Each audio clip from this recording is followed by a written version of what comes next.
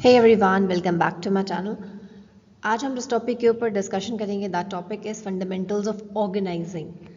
हम management series को कर रहे हैं आजकल, जिसमें हम मैनेजमेंट का मतलब समझते हैं। We have already covered various principles of management, we have already covered planning. तो अब हम पहुँचे हैं ऑर्गेनाइजिंग पर। ऑर्गेनाइजिंग का क्या मतलब होता है, ये हम आज इस वीडियो में समझेंगे। The basic process of organising, this is the part number 1 of organising chapter. So let's start the video. तो सबसे पहले हम समझेंगे ऑर्गेनाइजिंग का मीनिंग क्या होता है, what is the basic concept of organising. Organising involves analysis of activities to be performed for achieving organisational goals or objectives, grouping these activities into various divisions, departments and sections so that these can be assigned to various individuals and delegating them appropriate authority so that they are able to carry on their work effectively। ये कुछ बहुत सारे keywords मैंने underline कर लिए हैं, तो जिससे आपको इसको समझने में और आसानी होगी। प्लानिंग चैप्टर में हमने पढ़ा था कि प्लानिंग का मतलब ये होता है कि प्लान बनाना, to make plans for future. Planning is always a futuristic, वो हमेशा फ्यूचरिस्टिक रहती है and it is a mental exercise. Planning bridges the gap between where we are and where we want to go, ये हमने पढ़ा था planning में। For example, हमने प्लान बनाया कि इस साल we have to initiate 200 crore की सेल, 200 करोड़ की सेल हमको इस साल करनी ही करनी है। तो ये हमारा प्लान हो जाता है। प्लान बनाने के बाद जो नेक्स्ट स्टेप आप करते हो, that next step is organising. After framing plans, अब हमको क्या करना है, चलो हमें पता चल गया कि 200 करोड़ की सेल का हमने इस बार टारगेट रखा है। तो 200 करोड़ की सेल करने के लिए आपको कुछ ना कुछ ऐसा काम तो करना पड़ेगा ना, जैसे कि 200 करोड़ रुपए की सेल हो जाए। उसमें हमें बहुत सारी एक्टिविटीज़ करनी पड़ेंगी, बड़ी मेहनत करनी पड़ेगी।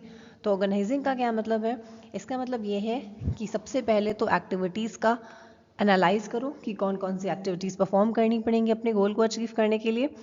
ठीक है, ये लिखा हुआ है फॉर अचीविंग ऑर्गेनाइजेशन गोल्स। आप समझ लीजिए हमारा गोल अभी 200 करोड़ की सेल करवाने का है। तो इस गोल को अचीव करने के लिए first of all you have to analyse various activities कि हमें क्या क्या परफॉर्म करना है। इसके बाद हम ये डिसाइड करते हैं कि चलो अब एक्टिविटीज़ तो पता चल गई, अब इनकी ग्रुपिंग करो। जैसे कि हमें इस गोल को अचीव करने के लिए परचेजिंग करनी पड़ेगी, रॉ मटेरियल की प्रोडक्शन करना पड़ेगा, एडवर्टाइजिंग करवानी पड़ेगी, सेलिंग करवानी पड़ेगी। तो बड़ी सारी एक्टिविटीज़ पता चल गई हमें। अब उन एक्टिविटीज़ की ग्रुपिंग करनी है। ग्रुपिंग मतलब जो जिस कैटेगरी का है उसको उस अलग अलग कैटेगरी में डिवाइड करो। जैसे ये बना दिया सेल की कैटेगरी, तो सारे सेल के बंदे यहाँ पे काम करेंगे। ये बन गया प्रोडक्शन, तो सब प्रोडक्शन वाले यहाँ पे काम करेंगे। ये बन गया आपका परचेज, तो परचेजिंग सब यहाँ से होगी। तो इस तरह से एक्टिविटीज़ के अकॉर्डिंग डिविजन्स या फिर डिपार्टमेंट्स को क्रिएट करना, so that these can be assigned to various individuals. अब इन डिपार्टमेंट में बैठाएंगे किसको, इंसानों को। And delegating them appropriate authority, मतलब उन्हीं इंसानों को हम कुछ ना कुछ अथॉरिटी तो देंगे ही देंगे, बिना अथॉरिटी के तो हम उनसे काम नहीं करवा सकते। फिर उन्हें कुछ अथॉरिटी देना जिससे कि वो अपने काम को इफेक्टिवली कंप्लीट कर पाएँ। This is all about organising. ठीक है, ऑर्गेनाइजिंग का मतलब ये है। अब आप इसको ये समझिए कि ऑर्गेनाइजिंग हमेशा प्लानिंग के बाद शुरू होता है। Whatever things we have planned, अब उनको इम्प्लीमेंट करने के लिए we need to have something, कुछ एक्टिविटी हमें पता चली। अब जैसे कि अगर हमें बर्थडे पार्टी ऑर्गेनाइज करनी है अपनी फ्रेंड के लिए, तो हमें समझ में आ गया कि प्लानिंग हमने करी है कि भाई बर्थडे पार्टी करनी है। उसको अच्छे से इम्प्लीमेंट करने के लिए हम एक बंदे को बोलेंगे भाई तुम केक ले आना, एक को बोल देंगे तुम डेकोरेशन देख लो, एक को बोल देंगे तुम फूड देख लो। तो this is what, this is organising. आप पहले एक्टिविटीज़ को एनालाइज करते हैं, फिर गोल को अचीव करने के लिए उन एक्टिविटीज़ की ग्रुपिंग करते हैं, मतलब उन्हें लोगों को डिवाइड करते हैं, डिपार्टमेंट बनाते हैं, सेक्शंस बनाते हैं और उन्हें लोगों को वहाँ पर बैठाल देते हैं। फिर उन्हें इनफ पावर देते हैं और जिससे कि गोल्स आपके अचीव हो सकते हैं। ठीक, these all keywords should be present there in your answer. This is very very important. then comes then comes the organizing process. Organising का जो प्रोसेस है ये हमेशा आपको सीक्वेंस में लिखना है, क्योंकि एक एक्टिविटी के बाद ही दूसरी एक्टिविटी हो सकती है, ये पहले नहीं हो सकते। ठीक है, so the first step is division of work. Division of work का मतलब आपको क्या समझ में आता है, सिर्फ हेडिंग पढ़ के कि काम को बांटना। ठीक है, it refers to divide the work in small and manageable tasks. Rather than giving the whole work to an individual, the work is divided so that specialization can take place. Division of work is done on the basis of specialization only so that goals can be achieved on time, effectively and efficiently. ठीक है, division of work का मतलब ये है, जैसे मैंने आपको भी बताया कि अगर हमें अपनी सेल करवानी है 200 करोड़ रुपीज़ की, तो हमें बहुत सारे टास्क पता चलेंगे कि इसके लिए हमें ये करना पड़ेगा, इसके लिए हमें वो करना पड़ेगा, इसके लिए हमें इतने रुपए की परचेजिंग करनी पड़ेगी। तो वो सारे काम हमने एनालाइज कर लिए कि भाई इतने कम से कम काम करने पड़ेंगे। उस काम को अब हम किसी एक इंडिविजुअल को दे दें कि तुम पूरी परचेजिंग करो, तो क्या वो पूरी परचेजिंग कर पाएगा? Answer is no. Division of work का मतलब ये है कि आप उस पूरे काम को, जो आपका काम निकला है ना ढेर सारे गोल को अचीव करने के लिए, इस पूरे काम को आप छोटे छोटे और मैनेजेबल टास्क में डिवाइड करिए। किसी भी इंडिविजुअल को इतना ढेर सारा काम मत दे दीजिए कि वो इफेक्टिवली और इफिशिएंटली उस काम को कंप्लीट नहीं कर पाए। You have to divide the whole work in small and manageable task rather than giving whole work to an individual। किसी एक इंसान को पूरा का पूरा काम पकड़ा देने से अच्छा ये है कि आप काम को स्पेशलाइजेशन के बेसिस पर डिवाइड करें। मतलब जो इंसान जिसमें स्पेशलाइज है आप उससे वही वाला काम करवाइए। अगर आपके पास कोई इंसान है जो अकाउंटिंग में बड़ा खास है तो आप उसे फाइनेंस डिपार्टमेंट में डाल सकते हैं। ठीक है, आप उसे उठाकर मार्केटिंग या सेलिंग में नहीं डालेंगे। क्यों? क्योंकि उसके पास स्पेशलाइजेशन है अकाउंटिंग की। तो you have to divide your work according to their specialisation.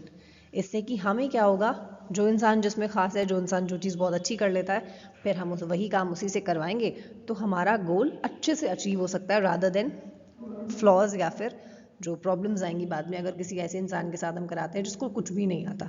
कोई इंसान अगर सेल्स का बड़ा अच्छा बंदा है लेकिन उसे फाइनेंस में डाल रहे हैं तो क्या वो काम संभाल पाएगा? नहीं। मिस्टेक्स के चांसेस बढ़ जाएंगे और गोल्स भी इफेक्टिवली अचीव नहीं हो पाएंगे। So you have to divide your work in small parts और फिर वो काम स्पेशलाइजेशन के बेसिस के ऊपर आप लोगों को डिवाइड कर दें। Next step after division of work is departmentation या फिर डिपार्टमेंटलाइजेशन। डिपार्टमेंटलाइजेशन या डिपार्टमेंटेशन शब्द का मतलब है डिपार्टमेंट बनाना। ठीक है, जैसे आपके स्कूल में होंगे, आपके कॉलेज में होंगे science department, commerce department, arts department, ठीक है, पॉलिटिकल साइंस डिपार्टमेंट, ऐसे करके अलग अलग डिपार्टमेंट बना लेना। उन डिपार्टमेंट को फिर अलग अलग तरह के काम देना। ठीक है, it refers to creating various departments, divisions and sections in order to perform various organizational activities. After departmentation, it should be ensured that all necessary activities are performed, no duplication of work, and work should be performed in synchronized and coordinated way. अब हमें division of work के बाद अब हमें क्या करना है? Department बनाने।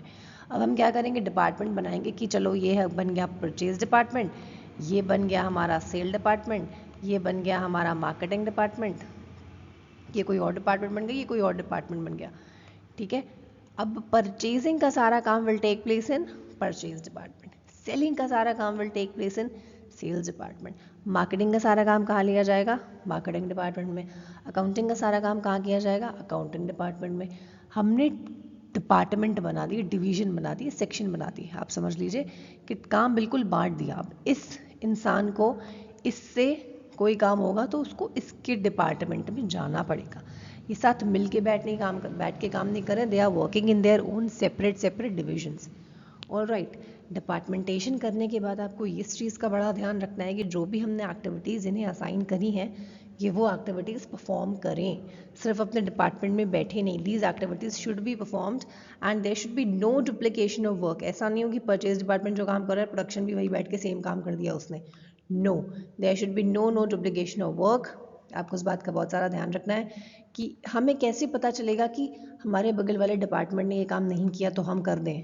जब तक हम उनसे कोऑर्डिनेशन नहीं करेंगे, जब तक हम उनमें आपस में सिंक्रोनाइजेशन नहीं होगी। तो आपको इस बात का ध्यान रखना है कि सारा काम हो जाना चाहिए।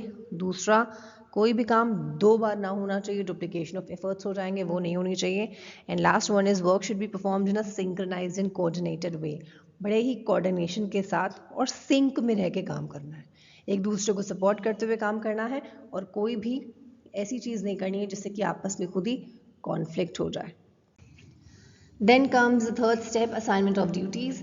It refers to the providing the personnel with the duties assigned to them. After creating departments, that employees are given the task allotted to them. Personnel मतलब यहाँ पर है वर्क स्टाफ, वो लोग जो हमारे यहाँ काम करते हैं। डिपार्टमेंट बनाने के बाद अब हम कुछ बैठ तो जाएंगे नहीं भाई, अब हमको लोग चाहिए। तो लोगों को डिपार्टमेंट्स में बैठाना और फिर उन्हें ड्यूटी देना कि भाई सुनो, तुम अगर परचेज डिपार्टमेंट में हो तो तुम्हारा काम है जाकर परचेजिंग करना, या तुम अगर प्रोडक्शन डिपार्टमेंट में हो तुम्हारा काम है ये देखना कि एक दिन में कितना यूनिट लेबर बना रही है। तो आप डिपार्टमेंट बनाने के बाद अब लोगों को ड्यूटीज़ दोगे कि तुम ये काम करोगे। All right, after creating departments the employees are given the task allotted to them. ठीक, next one is defining authority and responsibility. This is the last step of organizing process when a particular activity or group of activities are assigned to an individual. जैसे कि अभी हमने पहले वाले point पर पढ़ा कि हम इसमें असाइनमेंट ऑफ ड्यूटी करते हैं। जब हमने असाइनमेंट ऑफ ड्यूटी कर दी कि भाई तुम्हें ये काम करने हैं, ही बिकम्स रिस्पॉन्सिबल। जब आप किसी को बोल दो कि बेटा तुम्हें आज शाम को दूध लेकर आना है बाहर मार्केट से, तो वो इंसान भाई रिस्पॉन्सिबल हो जाएगा कि भाई ठीक है मम्मी ने बोला है तो लेकर आएंगे। He becomes responsible for the performance of those activities. He can discharge this responsibility properly only when he has corresponding authority which comes to him through the process of delegation. अगर आप किसी को काम दे रहे हो, जैसे कि हमें अगर मम्मी ने बोला कि तुम मार्केट से आते हुए सब्जियां लेते हुए आना, ठीक है, तो हम मार्केट से आते हुए सब्जियां तो तभी लेकर आएंगे ना जब हमारे पास क्या होंगे, पैसे। ठीक है, मम्मी ने हमें जिम्मेदारी तो दे दी कि vegetables you have to bring, लेकिन क्या हमें उस सब्जियों को खरीदने की अथॉरिटी मिली है? क्या हमारे पास इनफ पैसे मिले हैं? क्या हमें जाने के लिए परमिशन मिली है? अगर मिली है तब तो ठीक है, लेकिन अगर नहीं मिली तो फिर हम अपने काम को परफॉर्म नहीं कर पाएंगे। अगर आप अपने किसी भी वर्कर को, किसी भी एम्प्लॉय को कोई भी काम दे रहे हैं, if you are giving any responsibility to him, you should give enough and enough authority to him also, तभी वो काम को कर पाएगा, otherwise work will not be done. अगर आप किसी को बहुत सारी अथॉरिटी दे दो कि तुम भाई ये भी कर सकते हो वो भी कर सकते हो, और उसको रिस्पॉन्सिबिलिटी कोई भी मत दो, उससे कुछ पूछो नहीं कि तुमने इतने पैसे कहाँ खर्च किए, तो ऑब्वियस सी बात है कि वो क्या करेगा, miss use of the position, कि अरे मेरे पास तो उतनी पावर मैं कुछ भी कर लूँगा। ऑन द अदर हैंड, अगर ये चीज़ आपकी ऑपोजिट हो जाती है, मतलब अब आपके केस में उल्टा हो जाता है, अथॉरिटी आपको बिल्कुल भी नहीं दी, रिस्पॉन्सिबिलिटी बड़ी लाद दी गई कि तुम्हें ये भी करना है, तुम्हें वो भी करना है, तो क्या अब आप काम कर पाओगे? Answer is again no. भाई तुमने तो हमें रिस्पॉन्सिबिलिटी दे दी, हमें पावर कहाँ दी है? पावर तो दो पहले, सिर्फ टाइटुलर हेड बना दिया हमें, तो क्या हम काम आपको अपने परफॉर्म कर पाएंगे? Answer is no. तो you have to define authority and responsibility to a particular person. आपको बताना पड़ेगा कि सुनो, तुम्हें अगर हम ये काम दे रहे हैं तो तुम्हें ये अथॉरिटी भी है, तुम ये चीज़ें कर सकते हो, तभी डिस्चार्ज ऑफ ड्यूटी हो पाएगा effectively and efficiently, otherwise goals will not be achieved. All right, so this is it for today's video. I hope आपको ऑर्गेनाइजिंग का प्रोसेस पूरा समझ में आ चुका होगा। इसमें कुछ भी नहीं है, it is very very simple. Organising की मीनिंग समझ में आ गई होगी। In case of any doubts, in case of any queries, please use the comment box, and also you can comment box for your valuable suggestions. Thank you everyone for watching my videos.